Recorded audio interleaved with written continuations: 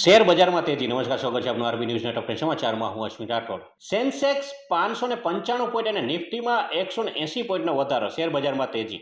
અમેરિકાના રાષ્ટ્રપતિ ડોનાલ્ડ ટ્રમ્પે લીધો યુટર્ન. કહ્યું, વિદેશી વિદ્યાર્થીઓને રોકવામાં આવશે તો અમેરિકાની યુનિવર્સિટીઓ બંધ થઈ જશે. શેતાન જેવા શિંગડા ધરાવતી મધમાખીની નવી પ્રજાતિ મેગ ચિલી લુસિફર મળી આવી. દિલ્હી બ્લાસ્ટમાં આતંકી શાહીન 2 વર્ષથી વિસ્ફોટક સામગ્રી એકત્ર કરતી હતી. તપાસમાં ચોંકાવનારો ખુલાસો. અમેરિકન યુવાનોનું મોહભંગ.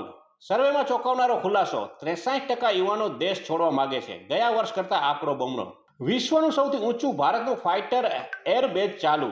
ચીન સરહદ પર ગરજશે Indian એરફોર્સના fighter.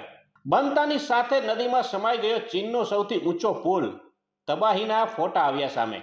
FIFA world cup 2026 મારો છેલ્લો વર્લ્ડ કપ હશે. રોનાલ્ડો. ડીઆરઆઈએ મુંબઈમાં સોનાની દાણચોરીનો પર્દાફાશ કર્યો. 11.88 કિલો સોના સાથે 11ની ધરપકડ. સ્વીડનના ડોક્ટરોએ પ્રથમ વખત ટાઈપ 1 ડાયાબિટીસ ધરાવતા દર્દીના શરીરમાં એવા કોષો ટ્રાન્સપ્લાન્ટ કર્યા જે ઇન્સ્યુલિન બનાવી શકે. તો આ હતા ટોપ 10 ન્યૂઝ અને હું હતો આપની સાથે અશ્વિન રાઠોડ. જય હિન્દ, જય ભારત.